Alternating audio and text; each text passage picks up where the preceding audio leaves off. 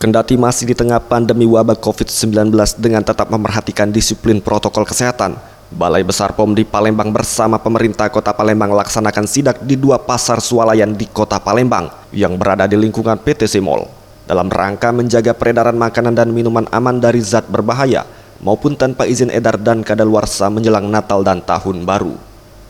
Kepala BP POM di Palembang Yosef Dwi Irwan menjelaskan dari sidak yang dilakukan di 2 lokasi berbeda ini, pihaknya telah menguji sebanyak 35 sampel dan 2 produk makanan mentah positif mengandung zat berbahaya formalin. Untuk temuan lainnya, BP POM mengamankan sebanyak 397 produk dengan kategori produk kadaluarsa tanpa izin edar hingga label tak memenuhi persyaratan dengan nilai ekonomi sekitar 8 juta rupiah.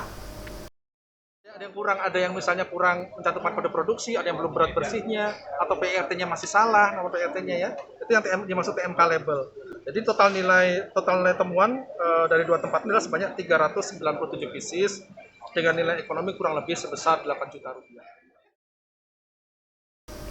Sementara itu, Wakil Wali Kota Palembang Fitriyanti Agustinda menyampaikan, dengan telah diamankannya produk oleh BP POM, selanjutnya akan dilakukan uji penegasan di lab. Apakah kandungan maupun izin produk sudah sesuai ketentuan BP POM. Tempat hari ini kita lakukan, yaitu yang pertama tadi di Lotte Mart kita melakukan uji sampel, ada sekitar 22 sampel tadi.